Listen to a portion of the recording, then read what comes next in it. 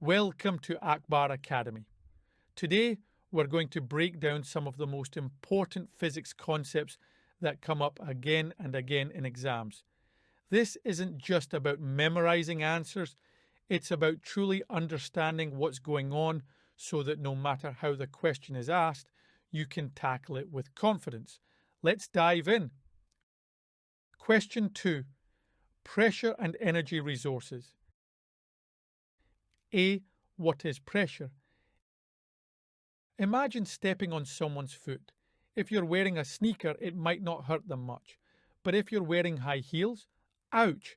That's because pressure is force per unit area. Smaller area, higher pressure. So the same force applied over a smaller area causes more pressure. This concept is why sharp knives cut better than blunt ones. Part 2. How does pressure change in a liquid? Think about diving into a swimming pool. As you go deeper, do your ears feel more pressure? That's because pressure increases with depth. The deeper you go, the more water is pressing down on you. Now, what if we replace water with honey? It's much denser than water, meaning the pressure at the same depth would be even higher. So pressure increases as density increases. This explains why submarines need to be built strong enough to withstand deep ocean pressure. B. Are all energy sources linked to the sun? The sun powers a lot of what we use: solar, wind, even fossil fuels, which come from ancient plants that use sunlight. But some energy sources don't rely on the sun at all. Examples include geothermal energy, from the heat inside the Earth, which remains hot due to radioactive decay. Nuclear energy, from splitting atoms in power plants. Tidal energy, from the moon's gravity pulling on Earth's water. C. Renewable versus non-renewable energy. Which one lasts forever? Part 1. Nuclear power. Is it renewable? Statement: no, nuclear power is non-renewable. Why? Because once we use up nuclear fuel, like uranium, it's gone. We can't grow more uranium like we do trees. Also, nuclear waste must be safely managed as it remains radioactive for thousands of years. Part 2. Wave power. A never-ending source? Statement: yes, wave power is renewable. Why? Because waves are caused by wind, and wind is caused by the movement of air, which isn't going to stop anytime soon. This makes it a sustainable and continuous energy source. Question 3. Thermal expansion and specific heat capacity. A. Which expands the most: solids, liquids, or gases? Ever left a balloon in the sun and watched it swell up? That's because gases expand the most when heated. Solids, on the other hand, expand so little that you might not even notice until it causes real problems. That's why metal train tracks have small gaps between them. On a hot day, the tracks expand slightly, and without those gaps, they could buckle under the stress. Similarly, bridges have expansion joints to prevent cracking. Even though the expansion is tiny, it matters in engineering. Also, liquid-filled thermometers work because the liquid expands more than the glass tube. Part 2. What's happening to the particles inside? In a solid, the particles are packed tight and can only vibrate in place. They are fixed in close positions, which is why solids hold their shape. In a gas, the particles move freely and zoom around. They are randomly arranged with wide separation. They move quickly, which is why gases fill any container and diffuse rapidly. Think about how perfume spreads in a room. B. What is specific heat capacity? Ever notice that sand at the beach heats up faster than water? That's because different materials need different amounts of energy to change temperature. Specific heat capacity is how much energy you need to heat 1 kilogram of a substance by 1 degree Celsius.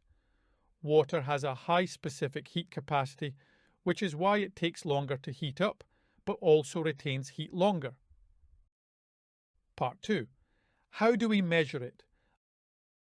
A student heats a metal cylinder using a 12-watt heater. What do they measure?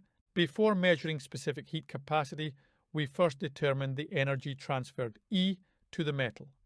Since energy is provided by an electrical heater, we use the formula energy equals power times time, where the power is given as 12 watts. Time is how long the heater is on, measured using a stopwatch. Once the energy is determined, we can move forward with the other measurements to calculate specific heat capacity. Now, what do they measure? Time, how long they heat it. Mass, how heavy the metal is. Initial and final temperatures, to see how much the temperature changes. These readings help calculate the specific heat capacity using the formula energy equals mass times specific heat capacity times temperature change. Question 4. Optics and vision correction. A. How do lenses work? Part 1. Completing the ray diagram. To complete the ray diagram for a converging lens, follow these key steps. Draw a ray parallel to the principal axis. Start from the top of the object and draw a straight horizontal line towards the lens. Refract through the focal point on the other side. When this parallel ray reaches the lens, bend it so that it passes through the focal point on the opposite side of the lens. Draw a ray passing through the center of the lens. This ray travels straight through the lens without bending. Find the intersection point. The point where these two refracted rays meet is the location of the image. Label this point as 1. Imagine shining a flashlight through a magnifying glass. Notice how the light bends and meets at a single point. That's exactly what happens in a converging lens.